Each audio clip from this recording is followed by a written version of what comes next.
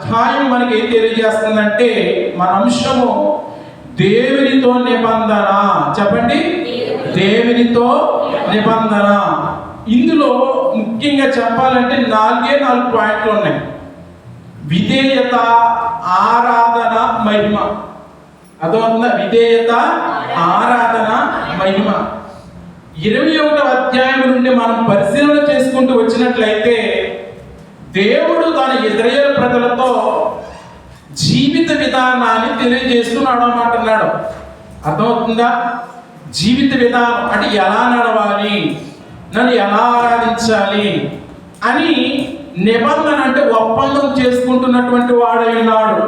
కాబట్టి ప్రియ విశ్వాసులారా, ఈ 24వ అధ్యాయం ద్వారా దేవుడు మనతో ఏమి మాట్లాడనై ఉన్నాడో కొన్ని మాటలు మనం నేర్చుకుందాము. ఈ 24వ అధ్యాయము దేవునికి మరియు ఇశ్రాయేలుకు మధ్య నిబంధన అధికారంగా స్థిరపరుస్తున్నాడు అన్నమాట. ఇందులో ఒకటి దేవుని ఆరాధన.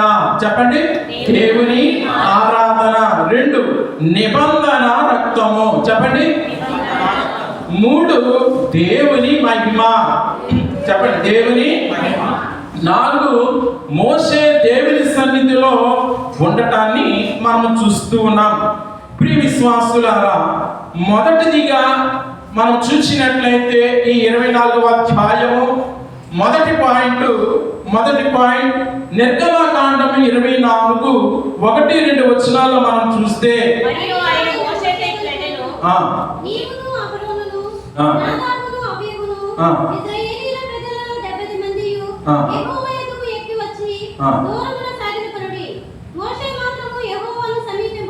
ఆమేన్. దేవునికి స్తోత్రం. ఈ అధ్యాయంలో మొదటి 2 వచనాలు నీకు ఏం బోధిస్తున్నాయంటే, మనకేం తెలియజేస్తున్నాయంటే దేవుని సన్నిధికి పిలుపు. చెప్పండి, దేవుని సన్నిధికి. ఇక్కడ దేవుడు ఎవరినెవరిని పిలిచాడు అంటే మోషే, అహరోను, నాదాబు, అబీయు 70 మంది పెద్దలను పిలిచాడు. గమనించాలి, ఇక్కడ 70 మంది పెద్దలను పిలిచాడు. అందులో మోషే మాత్రమే దేవునికి దగ్గరగా వచ్చాడు. దేవునికి స్తోత్రం. ఈ పాయింట్ నాకు ఏం తెలియజేస్తుందంటే, ప్రియమైన విశ్వాసులారా, అందరికీ పిలుపు ఉంది కానీ దేవుని దగ్గరకు సంబంధం కోరుకునేదే దేవుని. అందరికి పిలుపు ఉంది కానీ దేవుని దగ్గరకు పిలుచుకునేది కోరుకునేవాడు మాత్రము దేవునికి సమీపస్తుడు ఒక్క మోషే గారు. ప్రియమైన దేవుని బిడ్డలారా, 70 మంది పిలిచారు కానీ దగ్గరికి ఎవరు వెళ్ళారు? కాబట్టి ఏర్పాటులో ఉండాలి తప్ప పిలుపులో ఉండకూడదు. పిలుపు అందరికీ ఉంటుంది కానీ ఏర్పాటు కొంతమందికి ఉంటుంది. కాబట్టి మీరు పిలుపులో ఉంటారా, ఏర్పాటులో ఉంటారా? చెప్పాలి, ఏర్పాటులో. ప్రియమైన విశ్వాసులారా, బైబిల్ విషయంలో కూడా ఏర్పాటు, బైబిల్ విషయం సంఘము. దేవునికి స్తోత్రం. ఏర్పాటు, బైబిల్ మిషను, సంఘము. సంఘములు అనేకములు ఉన్నవి కానీ లోకములో ఏర్పాటులో బైబిల్ మిషన్ ఉంది. కాబట్టి మన నడక ఎక్కడ ఉండాలి? Bible machine. మన చేతిలో బైబిల్ ఉండాలి. దేవునికి స్తోత్రం. కాబట్టి మన నడక బైబిల్ మిషను, మన చేతిలో బైబిల్ ఉండాలి. కాబట్టి ప్రియమైన దేవుని బిడ్డలారా, ఈ పాయింట్ ద్వారా దేవుడు ఏం మాట్లాడుతున్నాడంటే దేవుని సన్నిధికి పిలుపు. కాబట్టి మనం పిలుపులో ఉండకూడదు, ఏర్పాటులో దగ్గరగా మోషే వలె దేవుని పిలుపుకు దగ్గరగా ఉండాలి. ప్రియమైన దేవుని బిడ్డలారా, వాక్యం కూడా మనం చూడొచ్చు. యాకోబు రాసిన పత్రిక 4వ అధ్యాయం 8వ వచనం. దేవుని యొద్దకు రండి, అప్పుడు ఆయన మీ యొద్దకు వచ్చును. పాపులారా, మీ చేతులను శుభ్రము చేసుకొనుడి, విమనస్కులారా, మీ హృదయములను పరిశుద్ధపరచుకొనుడి, వ్యాకులపడుడి, దుఃఖపడుడి, ఏడువుడి, మీ నవ్వు దుఃఖమునకును మీ ఆనందము చింతకును మార్చుకొనుడి. ప్రియమైన విశ్వాసులారా, దేవునికి సమీపంగా ఉండమంటున్నాడు ఇక్కడ. దేవునికి సమీపంగా ఉండాలంటే ద్విమనస్కులుగా ఉండకూడదు. చెప్పండి, ద్విమనస్కులు అంటే ఏంటి? రెండు మనస్సులు, లోపల ఒకటే బయట ఒకటే. పైకేమో వందనాలు చెప్తారు, లోపలేమో చెప్పండి, లోపలేమో కుళ్ళులు, కుతంత్రాలు, ద్వేషాలు, అసూయలు. దేవునికి దగ్గర ఉండగలుగుతామా? ఇలాంటి మనసు ఉంటే ఉండలేము. కాబట్టి మోషే ఎందుకు దేవునికి దగ్గరికి ఉన్నాడంటే, అమ్మా దేవునికి ఇష్టడుగా ఉన్నాడు, దేవుని పిలుపు దగ్గరగా ఉన్నాడు, దేవునికి దగ్గరగా సమీపంగా ఉన్నాడు. కాబట్టి ఈ 40 దినాల అనంతరము కూడా మోషే వలె మనం మారిపోదుము కాక. చెప్పండి, మోషే వలె మనం మారిపోదుము కాక. ఒకప్పుడు మోషే కోపిష్ఠుడే, అవునా కదా? ఒక వ్యక్తిని చంపేశాడు. అలాంటి కోపిష్ఠుడైనటువంటి మోషేను దేవుడు ఎలా మార్చుకున్నాడో సాత్వికుడిగా మార్చుకున్నాడు. కాబట్టి మన జీవితంలో అనేక మోషే సుఖోపవాసాలు జరుగుతున్నాయి. మోషే వలె మారుతున్నామా? మోషే వలె తయారు కాగలుగుతున్నామా? చెప్పండమ్మా, తయారు కాగలుగుతున్నామా? మోషే దేవునికి దగ్గరగా వెళ్ళాడు, మిగతా వారు బయటే ఉన్నారు. మనం దగ్గరగా వెళ్ళాలంటే ఏముండాలి? ద్విమనస్కులు ఉండకూడదు, కుళ్ళులు కుతంత్రాలు ఉండకూడదు, అసూయలు ద్వేషాలు ఉండకూడదు, తోటి మనిషిని ప్రేమించే మనసు కలిగి ఉండాలి, తోటి వ్యక్తిని గౌరవించే మనసు మనము కలిగి ఉండాలి. కాబట్టి ఈ 24వ అధ్యాయం మనకు తెలియజేసేది ఏంటంటే, మొదటి పాయింట్ దేవుని సన్నిధికి పిలుపు. దేవునికి స్తోత్రం. కాబట్టి రేపు 2వ రాకడలో కూడా దేవుని పిలుపు వచ్చినప్పుడు ఎత్తబడేవారు ఎవరుంటారో? సన్నిధి పరులు. చెప్పండి, సన్నిధి పరులు. కాబట్టి సన్నిధి ఎవరు చేస్తారో వారు దేవుని పిలుపులో ఉంటారు. మోషే దేవుని దగ్గరికి వెళ్ళినట్లుగా మనమును కూడా దేవుని దగ్గరికి వెళ్ళగలము. దేవునికి స్తోత్రం.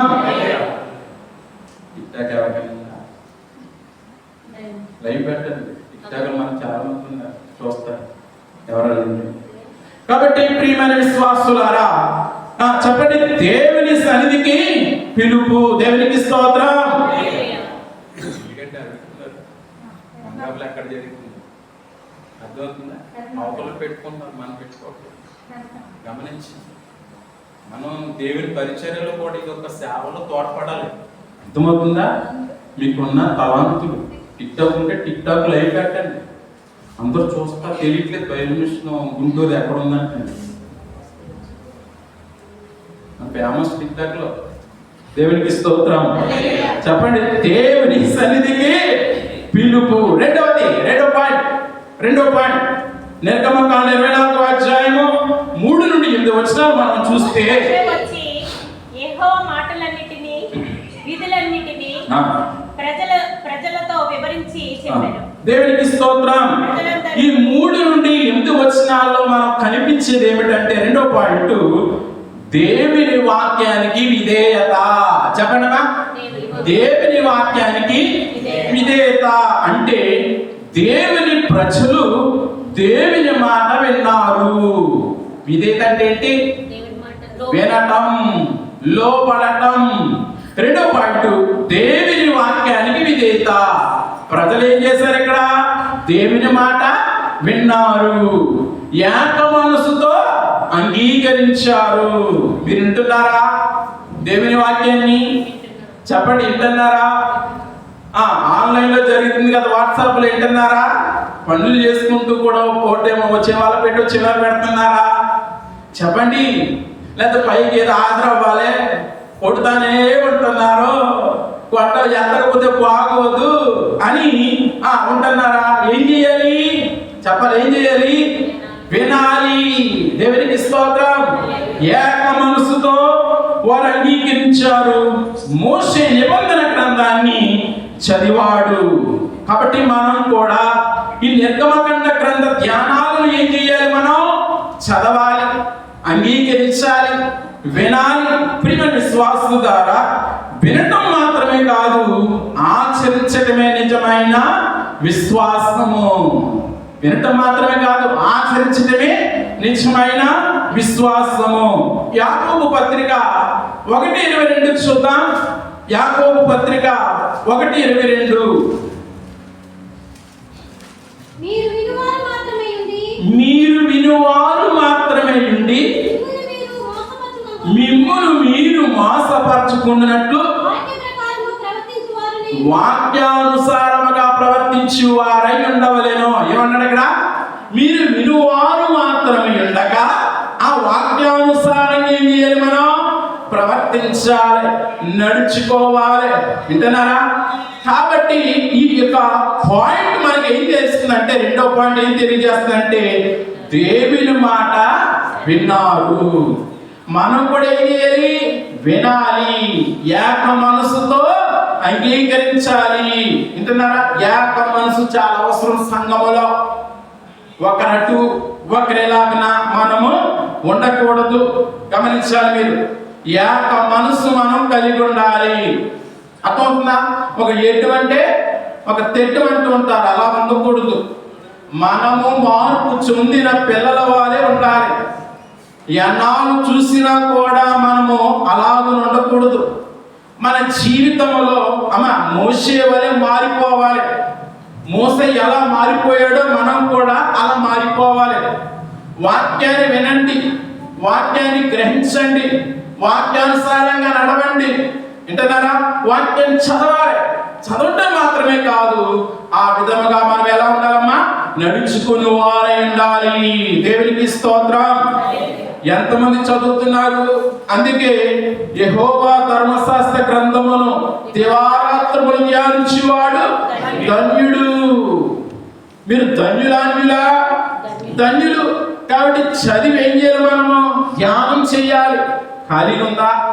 బైబిల్ గ్రంథం చదవండి. ఇవాళ 24, రేపు పొద్దున 25. రేపు ఏం మాట్లాడతారా? ఎలాగున మరి దేవుడు 25లో ఏం మాట్లాడుతున్నాడు? రేపు పొద్దున చెప్పబోయే వాక్యం యొక్క వివరణ మనకు అర్థమవుతుంది అన్నమాట. దేవునికి స్తోత్రం. కాబట్టి దేవుని వాక్యానికి ఎలా చూపించారమ్మ? వాళ్ళు విధేయత చూపించారు. దేవునికి స్తోత్రం. మూడవ పాయింట్ మనం చూస్తే దీంట్లో 24:8. మూడవ పాయింట్. అప్పుడు మోషే రక్తమును తీసుకొని ప్రజల మీద ప్రోక్షించి, ఇదిగో ఈ సంగతులన్నిటి విషయమై యెహోవా మీతో చేసిన నిబంధన రక్తము ఇదే అని చెప్పెను. దేవునికి స్తోత్రం. మూడవ పాయింట్ 24 అధ్యాయం మనకి ఏం తెలియజేస్తుందంటే, నిబంధన రక్తము. చెప్పండి, నిబంధన. మోషే ప్రజలపై రక్తము చల్లి ఏం చేశాడంటే, ఇది నిబంధన రక్తం అని చెప్పాడు. అంటే అర్థము, రక్తము లేకుండా నిబంధన స్థిరపడదు. చెప్పండి, రక్తము లేకుండా నిబంధన స్థిరపడదు. కనుక పాప క్షమాపణకు రక్తము అవసరము. చెప్పండి, ఏం కావాలా? పాప క్షమాపణకు రక్తము అవసరము. పాత నిబంధనలో జంతు రక్తము, క్రొత్త నిబంధనలో యేసుక్రీస్తు రక్తానికి సాదృశ్యము. దేవునికి స్తోత్రం. పాత నిబంధనలో జంతు రక్తము, కొత్త నిబంధనలో యేసుక్రీస్తు ప్రభు వారికి సాదృశ్యము. అందుకే రక్తము లేకుండా ఏమి లేదు మనకి? పాప క్షమాపణ లేదు. దేవునికి స్తోత్రం. సర్వలోక పాప పరిహారో రక్త ప్రోక్షణ ఆవశ్యకం, తద్రక్తం పరమాత్మనేమ పుణ్యదాన బలియాగా. అంటే సర్వలోకమున ప్రతి మానవుని యొక్క పాపం పోవాలంటే రక్తం చిందించబడాలి. తద్రక్తం, ఆ రక్తం పశువుల రక్తము కాదు, గొర్రెల రక్తము కాదు, ఎడ్ల రక్తము కాదు, కోళ్ళ రక్తము కాదు. కానీ పరిశుద్ధుడైన దేవుడు ఏమైపోవాలి? బలైపోవాలి. అలా బలైనటువంటి ఆ యొక్క దేవుని రక్తము ద్వారా మనకి ఏముంటుంది? పాప క్షమాపణ. దేవునికి స్తోత్రం. కాబట్టి ఇక్కడ రక్తము చల్లి మోషే ఏం చేశాడు? నిబంధనను స్థిరపరిచాడు. యేసుక్రీస్తు ప్రభువారు ఆ రక్తము ద్వారా మనకి ఏమిచ్చాడు? పాప క్షమాపణ. దేవునికి స్తోత్రం. పాప కర్మ పాప సంభవం కృపయాదేవ శరణాగత వత్సల. అనగా పాపములో పుట్టినవాడును, పాపములో చనిపోతున్నాను, నన్ను పాపములను విడిపించువా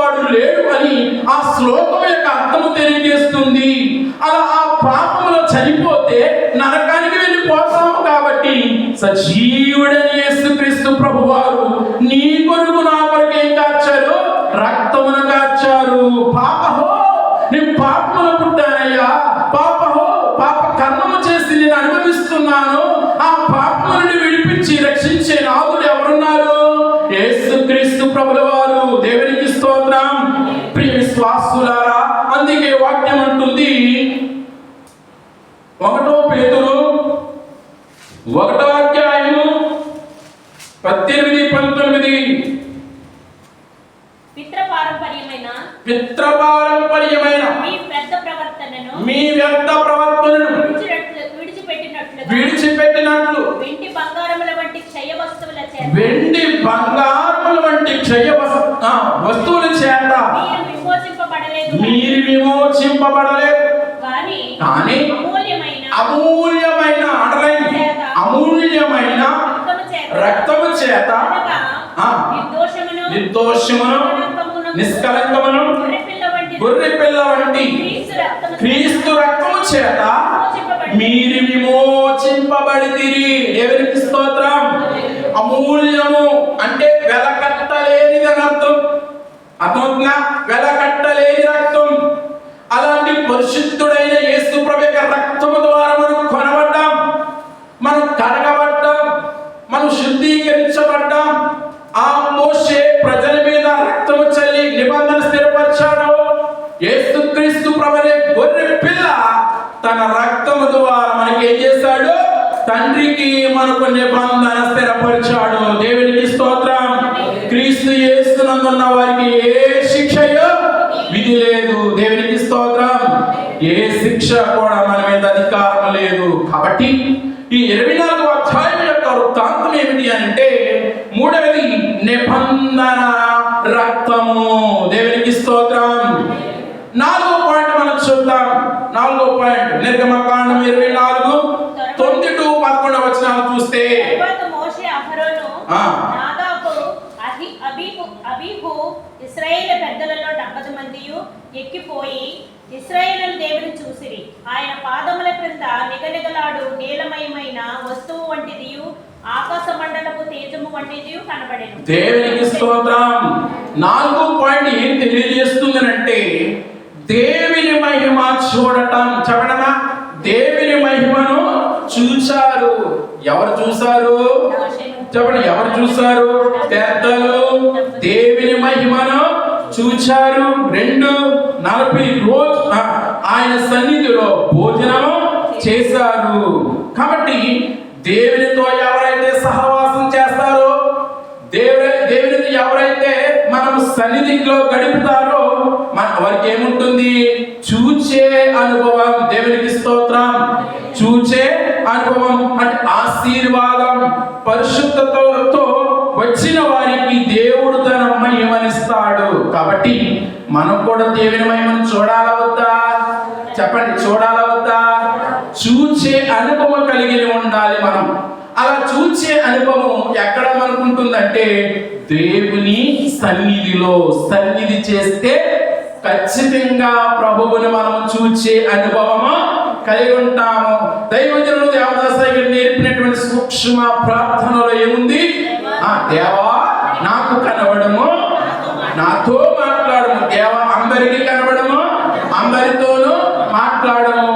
ఆనాడు పెద్దలకు కనబడిన దేవుడు, ఆనాడు దేవుని మహిమను చూసినటువంటి వారు ఈ రోజు మనకు కూడా దేవుడు ఏం చేస్తాడు? కనబడును, మాట్లాడును. అలా కనబడి మాట్లాడాలంటే నువ్వు సన్నిధి అనుభవం కలిగి ఉండాలి. ఆమేన్. కాబట్టి హృదయ శుద్ధి గల వారు ధన్యులు, వారు దేవునిని. హృదయంలోనేమో కుళ్ళులు కుతంత్రాలు ఎట్టేసుకుని, ఒకడు బాగుంటే వాడవలేక, ఒక డ్యూటీ చేసుకుంటే వాడవలేక, అమ్మా మనం ఎన్ని పెట్టాడు అంటుంటే దేవుడు కనబడతాడా? మార్పు చెందాలి. నువ్వు సన్నిధి అనుభవం కలిగి ఉండాలి. అర్థమవుతుందా? ప్రియ విశ్వాసులారా, దేవుని చూడాలంటే హృదయం ఎలా ఉండాలా? కన్ను శుద్ధులు గలవారు ధన్యులు, వారు దేవుని చూస్తారని అన్నాడా? చెప్పండి, దేవుని చూస్తారన్నాడా? హృదయ శుద్ధి గలవారు ధన్యులు, వారు దేవుని చూచెదరు. నేటి దినాల్లో ఎక్కువగా ఇవే ఉంటున్నాయి. ఎందుకో చెప్పనా? పిచాచి. చెప్పండి, ఎవరున్నారో? పిచాచి. పిచాచి ఏం చేస్తాడు తెలుసా? లేనిపోని అన్ని నీలో పెడతాడు, లేనిపోని అన్ని తీసుకొస్తాడు. దేవునికి స్తోత్రం. కాబట్టి దేవుడు ఇక్కడ జీవిత విధానాన్ని నేర్పుతున్నాడు ఇశ్రాయేలు ప్రజలకి. ఒరే, మీరు అలా ఉండొద్దు, మీరు ఇలా ఉండండి అని జీవిత విధానాన్ని నేర్పుతున్నాడు. మీరు గమనించాలి. ఇది చదివితే అర్థం కాదు, మనకే అర్థమవుతుందా? చదివితే అర్థం కాదు, ఇలా వివరించినప్పుడు మాత్రమే ఈ అధ్యాయం అర్థమవుతుంది. కాబట్టి జీవిత విధానాన్ని నేర్పుతున్నాడు 21 నుంచి చూస్తే. కాబట్టి ప్రియమైన విశ్వాస జనాంగమా, ఆనాడు దేవుని మహిమను చూచిన వారు పెద్దలు మోషే గారు ఉన్నారు. దేవుని సన్నిధిలో ఏం చేశారు? భోజనం చేస్తారు. మనమును కూడా రెండవ రాకడలో ఆయన మనం ఏం చేస్తాం? చెప్పండి, చూస్తాము. చూడటమే కాదు, ఏం చేస్తాం? భోజనం చేస్తాం. పెండ్లి విందు. దేవునికి స్తోత్రం. 7 ఏళ్ల విందు. అర్థమవుతుందా? పెద్దగా ఉంటుంది. టేబుల్ ఎంత లేకుంటుందో తెలుసు. దేవునికి స్తోత్రం. టేబుల్ ఎంత లేకుండా తెలుసు. ఆ పక్కన ఈ పక్కన ఉంటారా? 7 ఏళ్ల విందు. మిగిలిపోయిన వారికి, సన్నిధి అనుభవం లేని వారికి, అమక్కులు కుతంత్రాలు ఉన్న వారికి, వారు లేని అందరూ కూడా మిగిలిపోయిన గుంపులో ఉండిపోతారు. వాళ్ళకి ఏంటి? 7 ఏళ్ల శ్రమలు. ఇప్పటికే చచ్చిపోతాను. ఇక్కడ నుంచి నడిచి రావడానికి చాలా అవసరం పడుతూ వచ్చాను ఇక్కడ నేను. అర్థమవుతుందా? ఈ ఎండకే చచ్చిపోతున్నాం. 7 ఏళ్ల శ్రమలు ఎలా ఉంటా తెలుసా? ఓజోన్ పొర ఊడిపోతాయి. ఓజోన్ పొర ఉండదు. డైరెక్ట్ సూర్యకిరణాలు మీదడిపోతాయి. ఎలా ఉంటుంది? సూర్యకిరణాలు మీదడితే కాలిపోతాం. క్యాన్సర్ పుండ్లు, దురదలు. వైద్యం చేస్తే వైద్యులు ఉండరు. అర్థమవుతా? నీ దగ్గర డబ్బున్నా వైద్యం చేసి వైద్యులు ఉండరు. ఎందుకు చెప్పనా? వైద్యులు కూడా వెళ్ళిపోతారు. దేవునికి స్తోత్రం. సిద్ధపడి ఉంటే వైద్యులు వెళ్ళిపోతారు. ఎవడు కూడా నిన్ను బాగున్నావా అని ఎవడు కూడా ఉండడు. ఇప్పుడే లేరు, అప్పుడు ఉంటారా? 7 ఏళ్ల శ్రమలో ఇంతకన్నా దారుణంగా ఉంటాయి. కాబట్టి దేవుని మహిమ మనం చూడాలి అంటే హృదయ శుద్ధి మనం కలిగి ఉండాలి. ప్రియ విశ్వాసులారా, మన జీవితాలు మార్చుకోవాలి. ఇప్పుడు వరకు ఎలాగో ప్రదేశం ఉప్పు నుంచి అయినా కూడా చెప్పనమా? హృదయ శుద్ధి. దేవునికి స్తోత్రం. పాపాలు ఉండొచ్చు, పాపాలు లేనివాడు ఎవడు ఉండడు. కానీ సాయంత్రం వరకు ఉంచుకోకూడదు. చెప్పండి, సాయంత్రం వరకు ఉండకూడదు. సూర్యుడు అస్తమించే లోపల, చెప్పండి, సూర్యుడు అస్తమించే లోపల మారిపోవాలి. మనసులో పెట్టుకున్నవానికి అలాగా పగగా మారిపోద్ది. వింటున్నారా? పగగా మారిపోద్ది, ద్వేషంగా మారిపోద్ది. మనసులో అసూయ వచ్చేది. నిద్ర పట్టు సావని, నన్ను అలాగంటాది, నన్ను ఎలాగంటాడా, అవి తెచ్చిన భోజనం చేయను అనకూడదా? అర్థమవుతుందా? తన బుద్ధి తన దగ్గర ఉంటుంది. నీ బుద్ధి ఎలా ఉండాలా? చెప్పాలి, ఎలా ఉండాలా? హృదయ శుద్ధి. దేవునికి స్తోత్రం. ఎలా ఉండాలా? హృదయ శుద్ధి. మన చిన్నపిల్లలు వింటానే ఏమంటాడు? పరలోక రాజ్యం ఎటువంటి వారిది? ఇందాక చేస్తారు మన చిరంజీవి గారి ప్రార్థనలో. అర్థం స్వీడ్కి వెళ్ళిపోయి అర్థం కావట్లేదు, కానీ అర్థమైంది నాకు. ఏంటది? ఆ చిన్న పిల్లల స్వభావముగా, చెప్పండి, చిన్న పిల్లల స్వభావముగా మార్చుకోవాలన్నమాట. ఇద్దరు పిల్లకాయలు కొట్టుకుంటారు, తెక్కొట్టేసుకున్నారు ఇద్దరు కూడా. అమ్మ అర్థమైందా? ఇంకా ఈడేమో రక్తం వచ్చేసి ఆడికి రక్తం వచ్చేసింది. వాళ్ళ అమ్మ నా నాన్న చెప్పాడు, పొద్దున్నేసి వచ్చానికి ఆలయంలో కర్రలో కత్తిరెట్టును వచ్చారంట. మా అబ్బాయిని పడతావు, మా అబ్బాయిని పడతారని. ఎందుకు తిరగే జాత వేసుకుని స్కూల్కి వెళ్తున్నారంట పొద్దులేనాడు. దేవునికి స్తోత్రం. ఏం చేస్తారు చెప్పండి పిల్లలు? అలాంటి మనం కూడా అలా ఉంటే మీరు ఎక్కడికి వస్తారు? పరలోక రాజ్యము వారిదే అన్నాడు. పరలోక రాజ్యం వారిదే. చిన్నపిల్లలకి మాయ మర్మము తెలియదు, చిన్నపిల్లలకు కుళ్ళు కుతంత్రాలు తెలియదు. మనం కూడా అలా ఉండాలి. వింటున్నారా? సాయంత్రం లోపల సమాధాన పడిపోవాలి. మనసు అంగీకరించడం. నేను ఎందుకు మాట్లాడాలి? నేను తప్పు చేశానా? నేను అన్నానా? నేను ఎందుకు పడాలా మాటలు? నేను మాట్లాడాలా? నేను మాట్లాడాలి. అప్పుడు మాట్లాడేవారు నో అక్క తప్పయ్యాడు మరణాల సింపుల్ అర్థమవుతుందా? శాంతులు ఆనందమణి గారు మరణాలకు నేను ఏదో అనేస్తాను అయిపోయింది. నీకేమైనా అయిపోయింది? ఇప్పుడు నీకేమైనా పోయిందా? చెప్పండి, నీకేమైనా గౌరవం పోయిందా? అలా మార్చబడాలి. దేవునికి స్తోత్రం. ఫర్ ఎగ్జాంపుల్ అర్థమవుతుందా? దేవునికి స్తోత్రం. అలా ఉండాలా, అలా మార్పు రావాలా. అర్థమవుతుందా? ఇలాగో పెట్టుకుని అలా ఉంటే దేవుని వచ్చాక ఆశీర్వాదం ఉంటుందా? దీవెన ఉంటుందా? నీకు వచ్చింది ఎక్కడగా? దేవుని సన్నిధికి. అవునా? నువ్వు వాక్యం వింటున్నావు, ప్రార్థన పాడుతున్నావు, మళ్ళీ ప్రార్థన మామూలుగా సన్నిధి పడులంట. దేవునికి స్తోత్రం. మార్పు రావాలి. దేవునికి స్తోత్రం కలుగును గాక.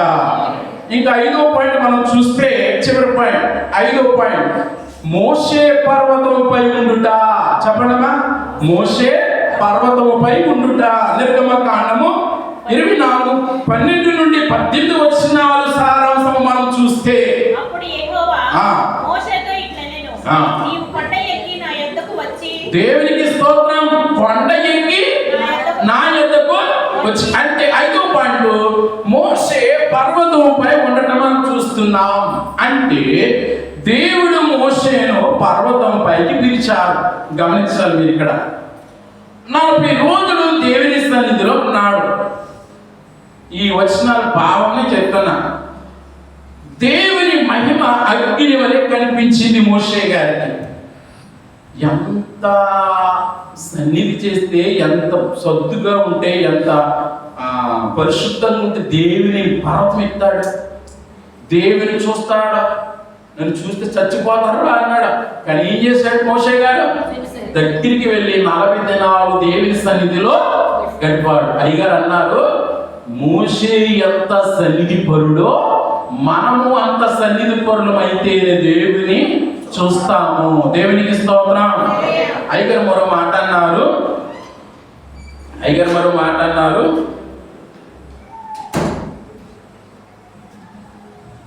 మోసే వేయించిన గుడారమును పోలిది వేసేదవా?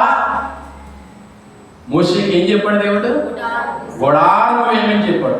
అలా మోసే వేయించిన గుడారమును పోలిది వేసేదవా? మోసే మాట్లాడిన విధముగా మోదముతో నువ్వు మాట్లాడేదవా అన్నారు అయ్యగారు. అంటే ఆ గుడారం మనం వెళ్ళేమో, అలా ముఖాముఖిగా మాట్లాడలేము. అంటే ఎంత పరిశుద్ధుడో, ఎంత ఇది అయ్యాడో చూడండి. ఒకప్పుడు కోపిస్తుడే, ఒకప్పుడు మనకులాగా ఉన్నవాడే దేవుని సన్నిధిలో గడిపి దేవుని బిడ్డగా మార్చబడి అన్ని కూడా సాత్వికుడిగా మార్చాడు. మనం కూడా అలాంటి హృదయం కలిగి ఉండాలి. అందరికి ఉంటాయి కోపాలు, తాపాలు, ద్వేషాలు, వదిలేసుకోవాలి. మనం చంపేసుకోవాలి. అర్థమవుతుందా? ఇక జీవించినది నేను కాదు, ఎవరు? క్రీస్తే నాయందు జీవించుచున్నాడు అన్నాడు పౌలు గారు. మనం కూడా అలా ఉండాలి. మనం కూడా అలా మార్చబడాలి. నేను జీవించేది నేను కాదయ్యా, జీవించేది క్రీస్తు. అందుకే క్రీస్తు యేసునకు కలిగిన ఈ మనస్సును మీరును కలిగి ఉండుడి. ఎలా ఎక్కడ ఉంటుంది మనసు? అంత కులులు, కుతంత్రాలు, వేషాలు, అసూలు, వారాలు, బుద్ధులు ఇంకెక్కడ ఉంటాయి మనలో? కాబట్టి దేవుడు మోషేను పర్వతంపై పిలిచాడు. 40 రోజులు దేవుని సన్నిధిలో ఉన్నాడు. దేవుని మహిమ అగ్ని వలె కనిపించింది. దేవునితో సమయం గడిపిన వారే బలపడతారు. చెప్పండమ్మా, దేవునితో సమయం గడిపిన వారే బలపడతారు. ప్రార్థనలో గడిపిన సమయమే సేవకు బలం. దేవునికి స్తోత్రం. ఏంటమ్మా? ప్రార్థనలో గడిపిన సమయమే సేవకు బలం. కాబట్టి దైవ సేవకులు, దైవ సేవకురాలే కాదు, మనకు అప్పగింపబడినటువంటి బాధ్యతలు సన్నిధి స్త్రీలుగా ఉండొచ్చు, సంఘ పెద్దలుగా ఉన్నవారు కూడా ఏం చేయాలి? సంఘము కొరకు ప్రార్థన చేయాలి. ప్రార్థన చేస్తే సేవకేంటి? బలం. కాబట్టి ప్రియమైన విశ్వాసులారా, మనము చెప్పండి, మోషే పర్వతం ఎక్కినట్లుగా మనము కూడా ఏం చేయాలి? పర్వతం ఎక్కి అనుభవం మనకు కలిగి ఉండాలి. వింటున్నారా? మనం 2వ రాకడలో కూడా ఒకానొక దినాన్ని ఏమవుతాం? మనం పర్వతము అంటే మహిమ మేఘం ఎక్కుతాము. ఆ మహిమ మేఘంలో దేవునితో గడుపుతాము, ముఖాముఖిగా మనం చూస్తాము. అందుకే మనం సన్నిధి అనుభవం కలిగి ఉండాలి. ఈ సన్నిధి అనుభవాలు కలిగి ఉండడం వరకే మోసే 40 దినాల ఉపవాస ప్రార్థనలు ఏర్పాటు చేస్తున్నారు. ఎవరు కూడా ఎక్కడ కూడా చేయనటువంటి బోధలు, ఎవరు కూడా ఎక్కడ కూడా చేయనటువంటి 40 ఉపవాస ప్రార్థన దీక్షలు మన బైబిల్ మిషన్లో దైవజనులైనటువంటి వారు చెప్పడమా తెలియజేశారు. దేవునికి స్తోత్రం. కాబట్టి ఈ అధ్యాయం ద్వారా నీవు నేను నేర్చుకోవాల్సింది ఏమిటి అని అంటే, దేవుని పిలుపును గౌరవించాలి. చెప్పడమా దేవుని పిలుపును గౌరవించాలి. 2, దేవుని వాక్యానికి పూర్తిగా విధేయులుగా ఉండాలి. దేవుని వాక్యానికి పూర్తిగా విధేయులుగా ఉండాలి, నడవాలి. అలాగే 3, యేసుక్రీస్తు రక్తమే మన రక్షణకు ఆధారము. ఇంకే రక్తం, ఎవరు కూడా నీకు రక్షణ ఎవరు నిన్ను రక్షించరు, మోక్షానికి నడిపించరు. అర్థమవుతుందా? అలాగే 4, దేవుని సన్నిధిలో జీవించాలి. దేవునికి స్తోత్రం. ఇక్కడ మనము గడుపుతున్నాం. వ్యక్తిగతంగా కూడా మనం ఏం చేయాలమ్మా? దేవునితో గడపాలి. వ్యక్తిగతంగా సన్నిధిలో గడపడమే కాదు, లేదా ఆన్లైన్లో లైన్లో గడిపినప్పుడే కాదు, వ్యక్తిగతంగా గడపాలి. గడుపుతున్నారా? ఎక్కడ కొంచెం ఖాళీ ఉంటే పడుకుందాం చూస్తాం, అవునా కదా? లేదంటే ఫోన్లో మాట్లాడుకుంటాం, లేదంటే రీల్స్ చూసుకుంటాం, అవునా అమ్మా? అవునా? ఇన్స్టాగ్రామ్లో, ఫేస్బుక్లో, టిక్టాక్లో అంతే. ఇది నువ్వు పైకి వెళ్ళాలంటే ఇవి పైకి వెళ్ళకూడదు. దేవునికి స్తోత్రం. చెప్పండి, నువ్వు పైకి వెళ్ళాలంటే ఇవి పైకి వెళ్ళకూడదు, ఇవి కిందకి వెళ్ళాలి. నువ్వు పైకి ప్రతి దాంట్లో ఆత్మీయార్థం ఎదుర్కోవాలి మనం. అర్థమవుతుందా? ప్రతి దాంట్లో ఆత్మీయార్థం దేవుడు మాట్లాడతాడు. నువ్వు పైకి వెళ్తా ఉన్నావు అనుకో, సమయం అయిపోద్ది. అది నువ్వు కిందకి వెళ్ళి అనుకోని నువ్వు పైకి వెళ్తావు. అందుకే సమయమును పోనీక సద్వినియోగము చేసుకోవచ్చు. అజ్ఞానుల వలె కాక జ్ఞానుల వలె నడుచుకునుడి. అన్నీ తెలుసు మనకే గారు, అన్నీ తెలుసు. కానీ ఏం చేద్దాం చెప్పండి? మనం అలవాటు అయిపోయి ఏం చేయాలి తెలియక చెప్పండి ఇది అవుతూ ఉంటామంట. కాబట్టి మనం ఏం చేయాలి? దేవుని సన్నిధిలో జీవించాలి. వాక్యం చదవటం రాదా? బైబిల్ చదవటం రాలేదా? బైబిల్ యాప్ ఉంటుంది, ఆడియో యాప్ పెట్టుకోండి. ఆడియో యాప్ పెట్టి అలా నొక్కితే మొత్తం ఆది కాండం అంతా కూడా చెవిలోకి వస్తుంది, వినొచ్చు పని చేసుకుంటూ కూడా. ఆ విధంగా కూడా మనం వాక్యాన్ని చదివినట్లుగా ఉంటాం, విన్నట్లుగా ఉంటాం. ఇక 5వదిగా దేవుని మహిమను అనుభవించాలంటే ప్రార్థన, పరిశుద్ధ జీవితం చాలా అవసరం. చెప్పండమ్మా, ప్రార్థన, పరిశుద్ధ జీవితం చాలా అవసరం. కాబట్టి దేవుని మహిమ మనం అనుభవించాలనుకున్న వారు ప్రార్థనలు ఎక్కువ గడపాలి.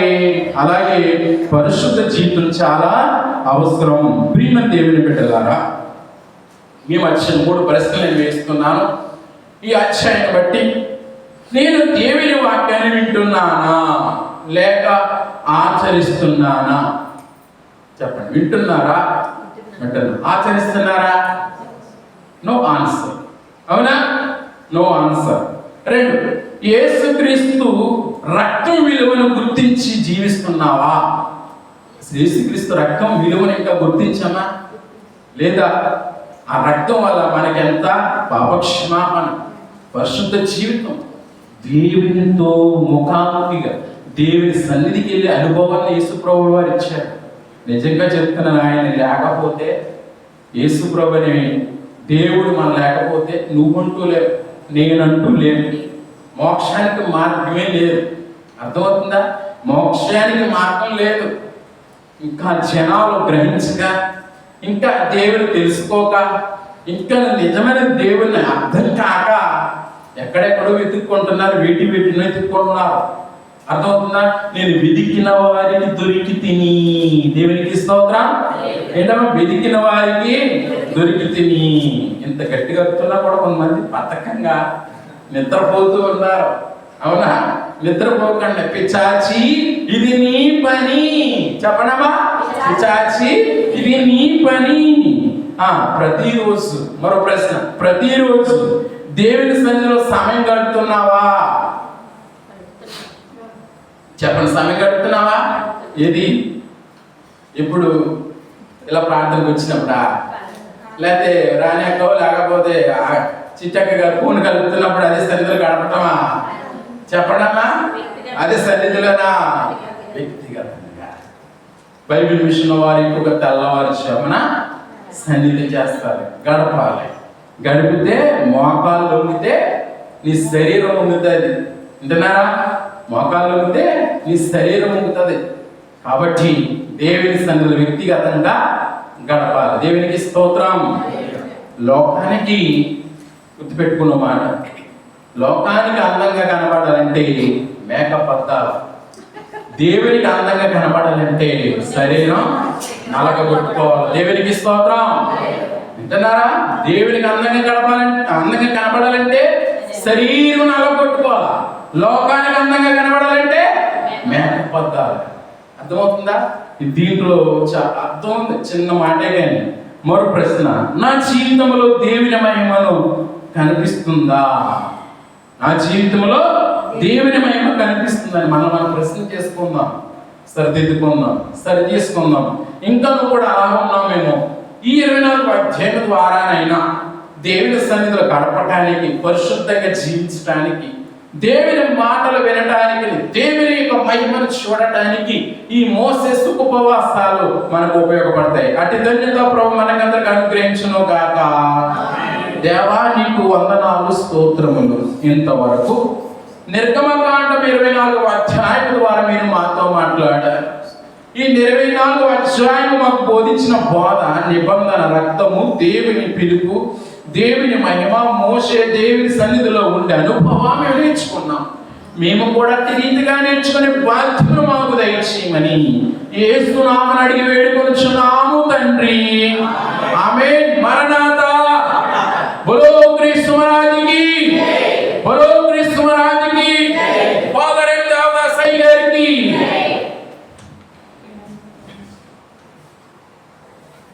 ధ్యానం చేస్తున్నాము.